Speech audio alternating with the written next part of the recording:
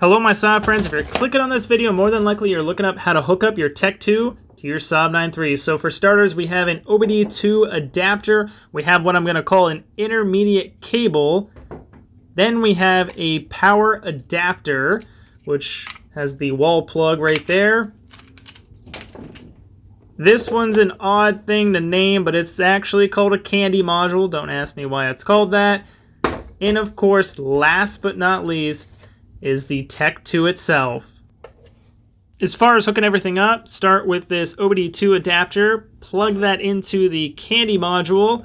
Now this connector is rather difficult to clip into place, so it will take some force, but you should get a nice satisfying click. You can tug on it, make sure that is locked into place. Take the other end of that CANdi module and plug it into this, what I call intermediate cable. Same process as before, put some extra oomph into it. You'll hear a nice satisfying click and you'll be good to go. And then plug in this, what I believe to be a serial port adapter, into the actual Tech 2. Now once that is all tightened up, we'll move on to the power cable, and the one end will plug into the wall. This other end, which kind of looks like a old school laptop charging cable end, will plug into that intermediate to CANdi module right there. Now we're just left with the OBD port as well as the wall plug. Now there's going to be a couple options to plug this in. You can do the wall plug method like I highly suggest here, or you can use a cigarette lighter or directly power via the battery. However, just note that if you're using the cigarette lighter, once you turn that ignition off, you're gonna lose all voltage, which is not a good thing when you're programming a new module. So now we have the OBD2 port, and plug it right into here underneath the dash. Extremely simple. Next up, take your key and turn the ignition to the on position and power up the Tech 2.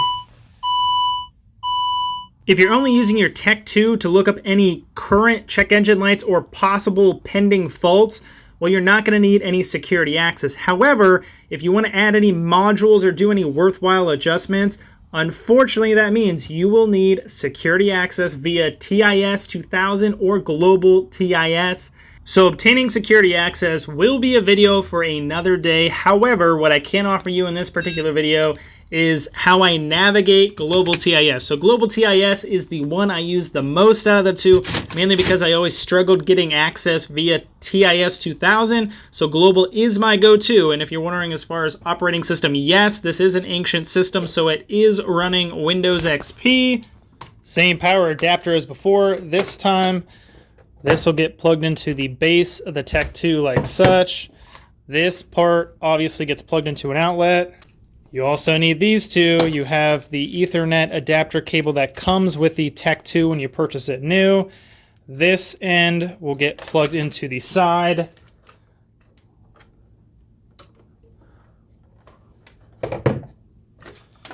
This end goes to this guy right here. This is an absolute must. I will link it in the description. Now this is very simple. Connect them together. We'll tighten that. This goes into the side of the laptop via USB.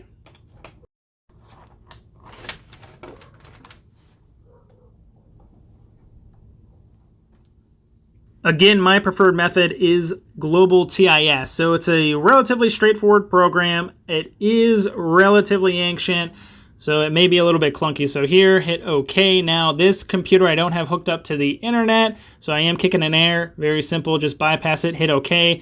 More important thing here, security access. Hit that, hit start download, let it run its course. Very straightforward as far as prompts. Hit run.